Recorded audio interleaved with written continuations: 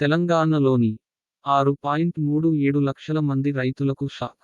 మూడేళ్లకు పైగా రుణాలు చెల్లించని తెలంగాణలోని 6.37 లక్షల మంది రైతుల ఖాతాలను బ్యాంకులు ఎన్పిఏ అనగా నాన్ పర్ఫార్మింగ్ అసెట్స్గా నమోదు చేశాయి.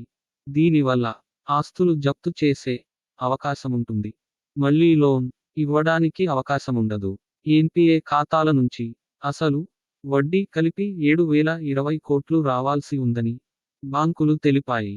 రాష్ట్ర ప్రభుత్వం 2 లక్షల రుణమాఫీని అమలు చేస్తే తమ రుణాలు కూడా రద్దు అవుతాయని ఎన్పిఏ ఖాతాల రైతులు ఆశాభావంతో ఉన్నారు. త్వరలోనే 2 లక్షల రైతు రుణమాఫీపై బడ్జెట్ ప్రసంగంలో డిప్యూటీ సీఎం బట్టి విక్రమార్క ప్రసంగించారు. రైతు బాగుంటేనే ఊరు బాగుంటుంది. అందుకే రైతు రుణమాఫీ అంశాన్ని ఎన్నికల ప్రణాళికలో పెట్టాం. ప్రజలకు ఇచ్చిన హామీ విధంగా రైతుల రుణమాఫీ త్వరలోనే చేయబోతున్నాం.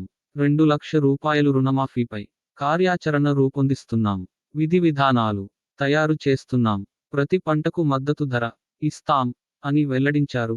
మీ సందేహాలను కామెంట్ చేయండి. ఇలాంటి మరిన్ని వీడియోల కోసం subscribe my channel Airavata tech info.